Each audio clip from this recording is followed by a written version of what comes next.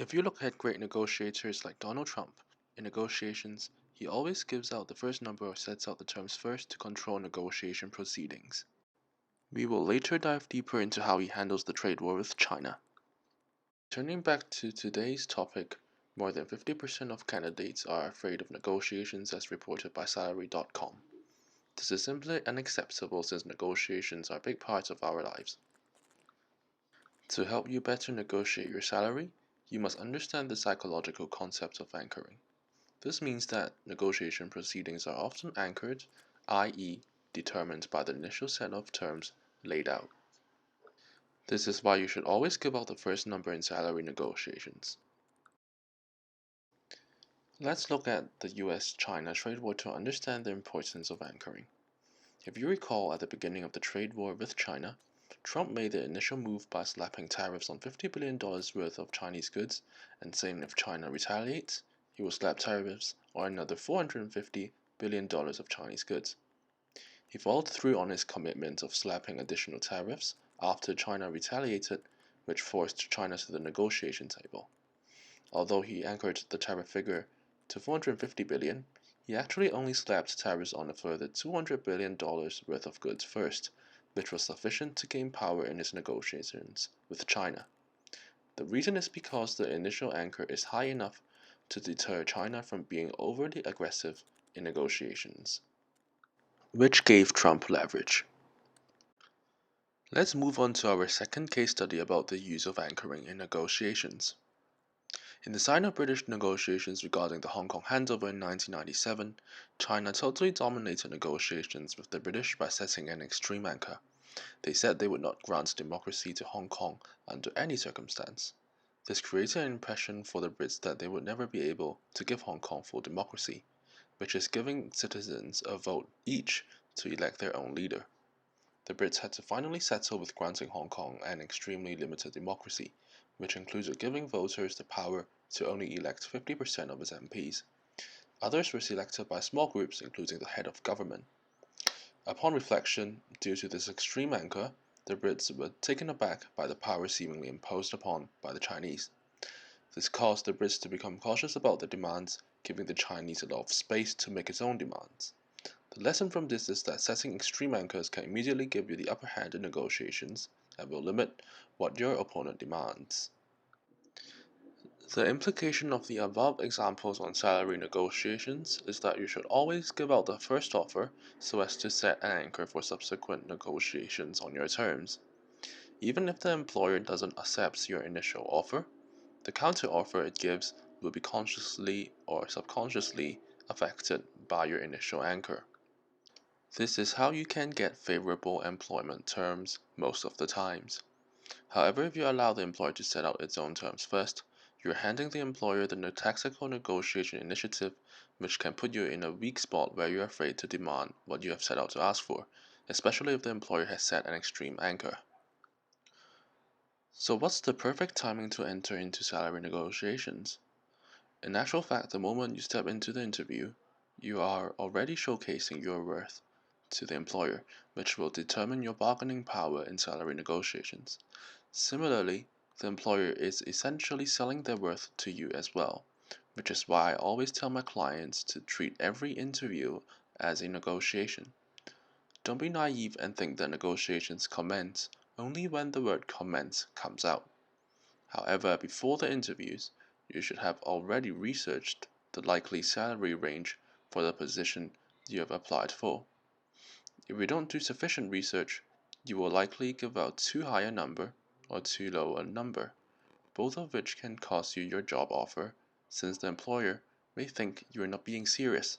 More importantly, you should never initiate salary negotiations until your employer has raised this out, since raising this out too early may create an impression that you are money hungry. Committing this rookie mistake has costed the job offers of countless potential hires. Once the employer has raised out the subject of negotiations, you must remember to put out the first offer and explain adequately why you believe you deserve such an offer. Don't be afraid to put out your first offer, especially when you're asked to, since you must remind yourself that you could be leaving huge sums of money on the table by letting your employer set an unfavorable anchor. You should also practice your pitch about why you deserve what you have demanded, so that you can negotiate confidently. In terms of what exact salary figure you should lay out, you should give out a number instead of a range, since giving a range will only invite your employer to accept the lower figure you have given.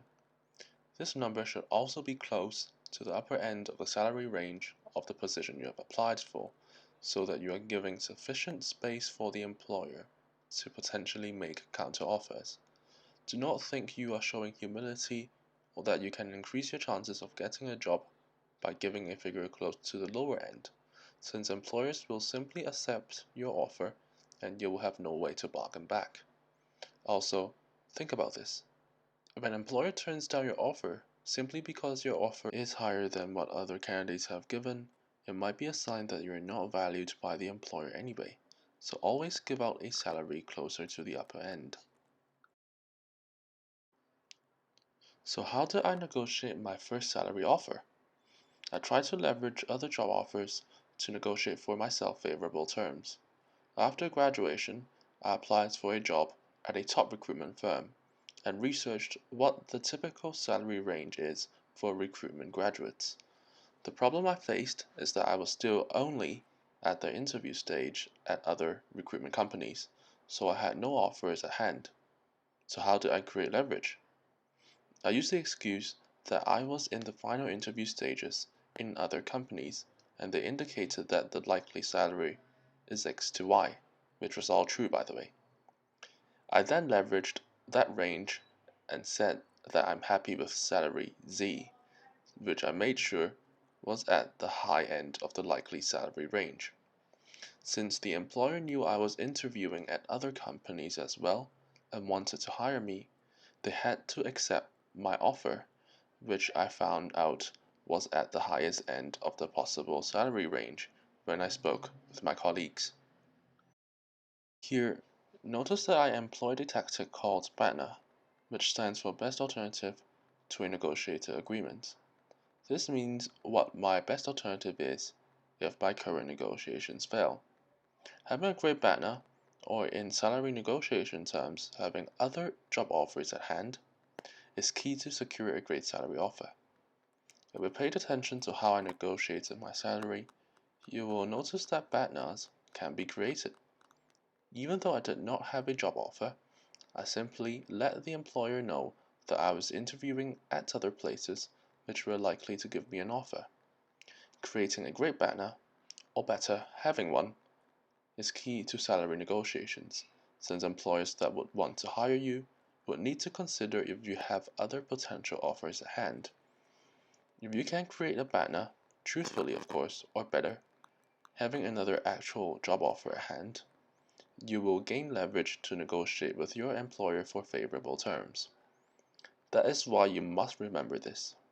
Never let your employer know that you are not interviewing at other companies or that you don't have any job offers at hand, since the employer will likely use this against you to offer you a worse term. This is also why you should never apply for a single job, but apply for multiple jobs so that leverage can be gained in salary negotiations. So to conclude, you must remember two important principles in salary negotiations. Number one, set an initial anchor so that you can control subsequent negotiation proceedings. Number two, use your BATNA as leverage or create one as leverage to make sure that your employer knows you have job offers at other firms. This will force your employer to give you better terms. Stay tuned for our next blog or video, and drop us an email or WhatsApp if you wish to learn more about salary negotiations. If you wish to read the written transcript of this video, click on the relevant link to our negotiation blogs in the description. Thank you and see you next time.